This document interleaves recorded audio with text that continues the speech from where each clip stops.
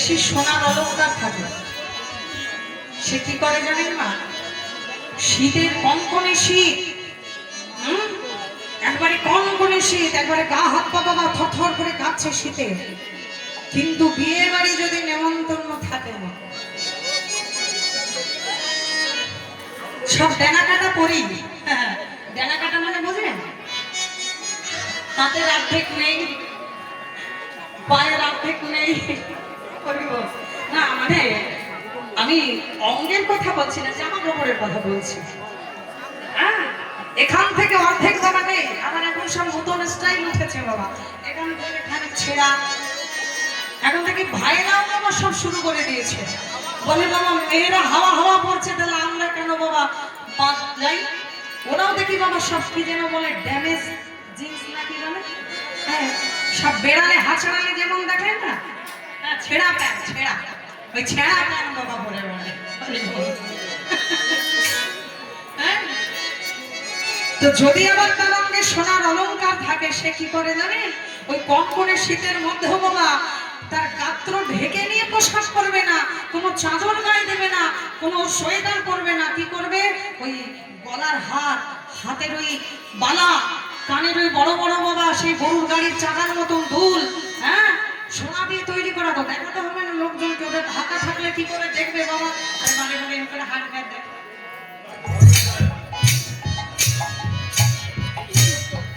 জামাটা একটু সরে আসে, যদি ঢেকে ঢেকে যায় ওটা আবার সরিয়ে নেয়।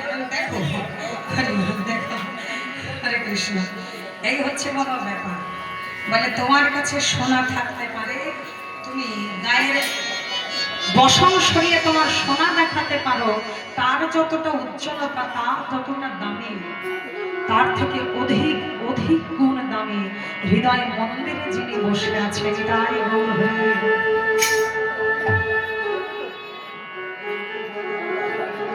এটা দেখিয়েছিল কে জানো মা? দেখিয়েছিল আমার প্রভু শ্রী রামচন্দ্রের একমাত্র প্রিয় ভক্ত, সে হচ্ছে বীর হনুমান। একমাত্র বীর হনুমান দেখাতে পেরেছিল যে তোমার গলায়, তোমার হাতে, তোমার কানে, তোমার সর্ব অঙ্গে, তোমার সিন্ধুক ভর্তি যত অলংকার আদি আছে, যত দামি বস্তু আছে, হীরা মুক্তা জহরাত যাই আছে, তার থেকে অধিক অধিক উজ্জ্বল, অধিক দামি, অধিক মূল্য, যা জগতের মূল্য দিয়ে ক্রয় করা যায় না, তা আমার হৃদয় মন্দিরে আছে। হনুমান গর্ব করে বলেছিল, বলে পারবে দেখাতে?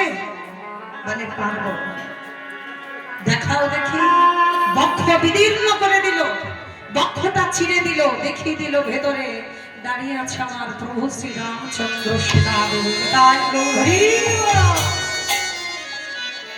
এই জন্যে ভজনগুলো মহাজন আর এমনি এমনি লেখেননি মা। তেরে পাশ হে রে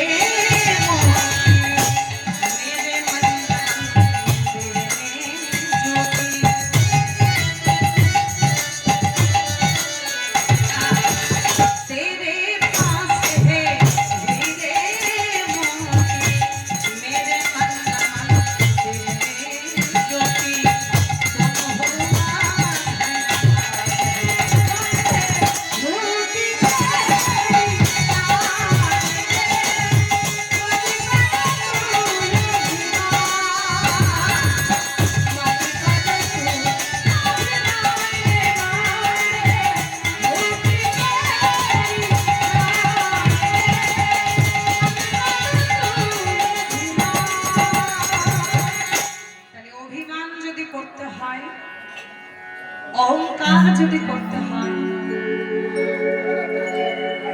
তবে ভক্ত সুদামার মতন হয়ে অহংকার করো। সুদামাকে চেনো তো মায়েরা? কি মায়েরা চেনো? চেনো না? ওই হিন্দি সিনেমার প্রিয়াঙ্কার নাম মনে রাখবো না দেবশ্রীর নাম মনে রাখবো, নাকি বাবা ওই সুদামার নাম মনে করবো? আন কথা মাথায় ঢোকাতে ঢোকাতে, হ্যাঁ দেখবে ফোনের মানে মোবাইলের মধ্যে একটা চিপ থাকে। চিপ মানে বোঝেন? যাকে বলে মেমোরি। হ্যাঁ, কত কত জিবি যেন থাকে, 8 জিবি, 9 জিবি, 12 জিবি, 16 জিবি। যে ফোনে যেরকম চিপ ভর্তি থাকে সেই চিপে ততক্ষণ লোড নিতে পারে। তো ভগবান আমাদের এই দেহটাকে যখন তৈরি করে দেন না মা, তখন তিনিও আমাদের ভেতরে একটা চিপ ভর্তি করে দেন, একটা মেমোরি।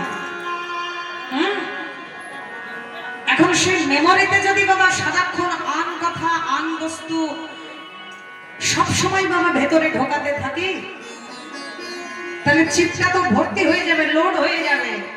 শেষে এমন একটা দিন আসবে ভালো কথা রাখবার মতন আর কোনো জায়গা খালি থাকবে না, এটাই হয়ে যাবে।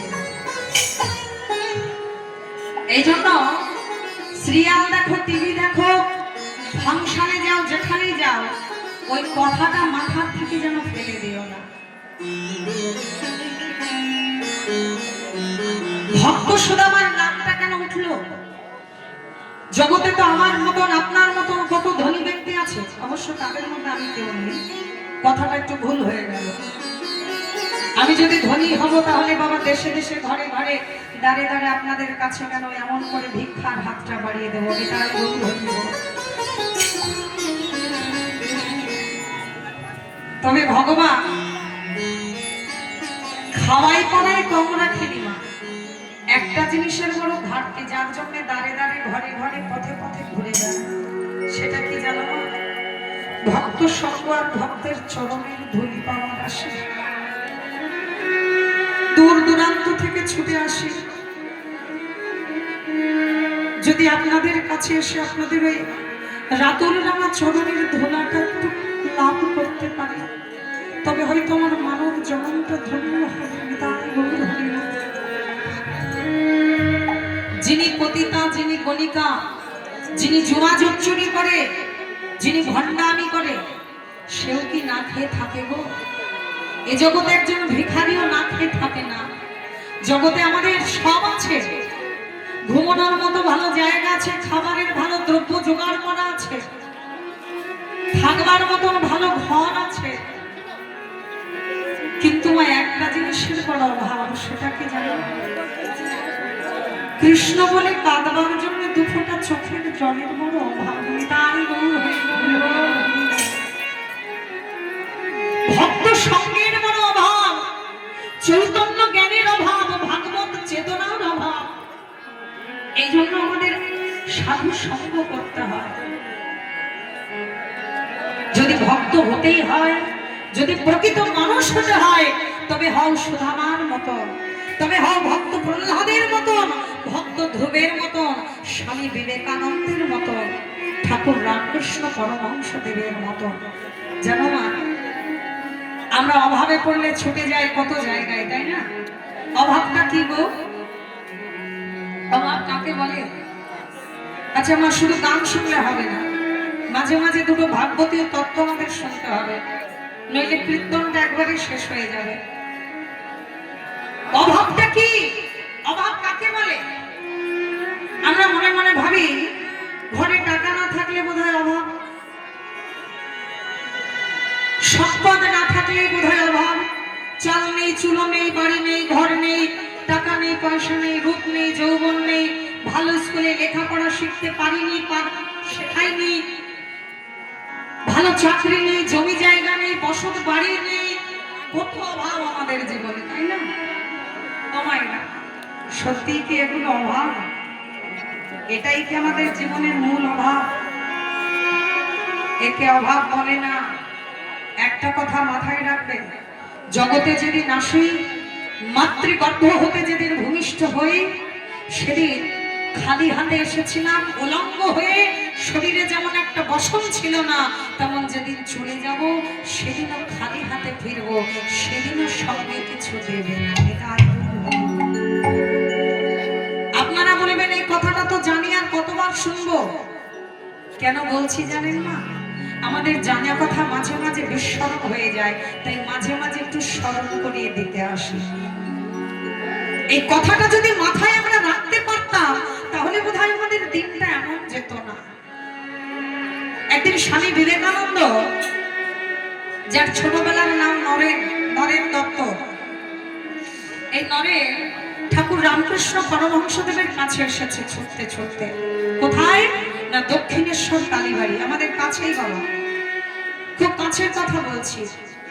আর তৎকালীন দিনে ঠাকুর রামকৃষ্ণ পরমহংসদেব ছিলেন ওই কালীবাড়ির মানে মেন পূজারী। তো সেই ছোট্ট নরেন তখন তার নাম, তখন তিনি এই উপাধিটা পাইনি, স্বামীজি এই উপাধিটা তিনি পাইনি, তখন খুবই ছোট। নরেন ছুটতে ছুটতে এসেছে ঠাকুরের চরণে, এসে লুটিয়ে পড়েছে, ঠাকুর তুমি আমায় রক্ষা করো, আমায় বাঁচিয়ে নাও ঠাকুর। কেন, কি হয়েছে নরেন? তুই এমন করে আমার চরণে কেন লুটিয়ে পড়লি, কি হয়েছে তো?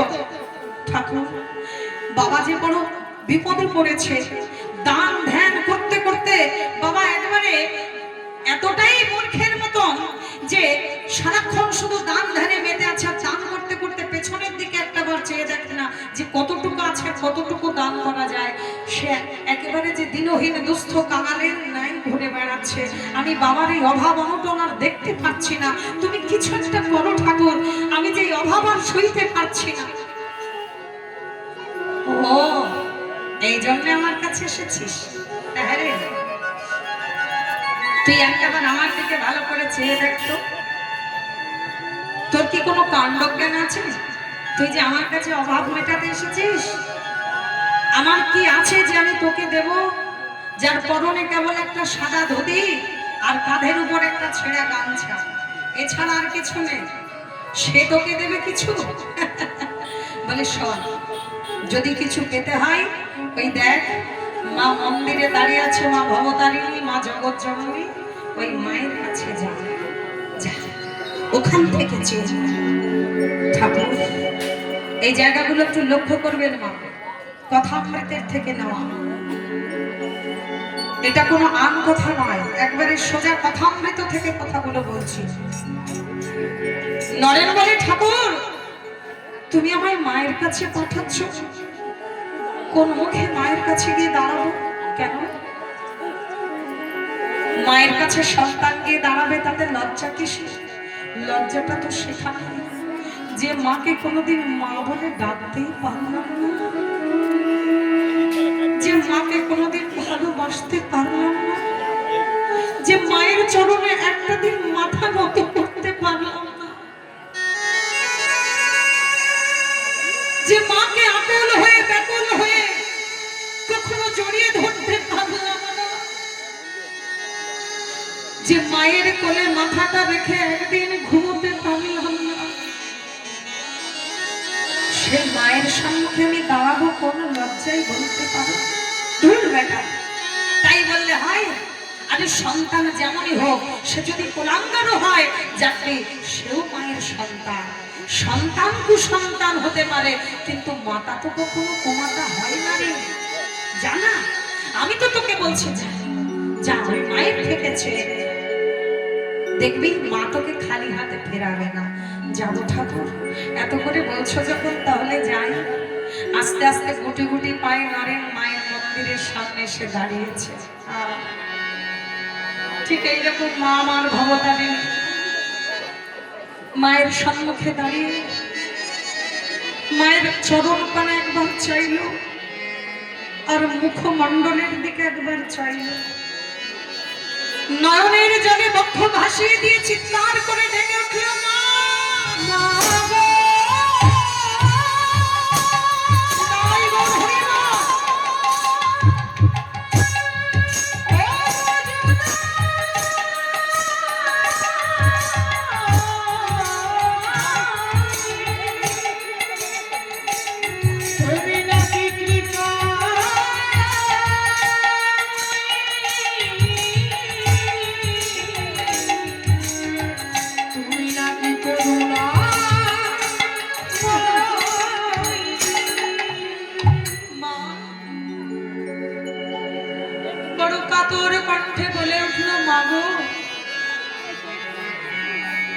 আমি তোর কাছে এসেছিলাম কিছু চাইবো বলে,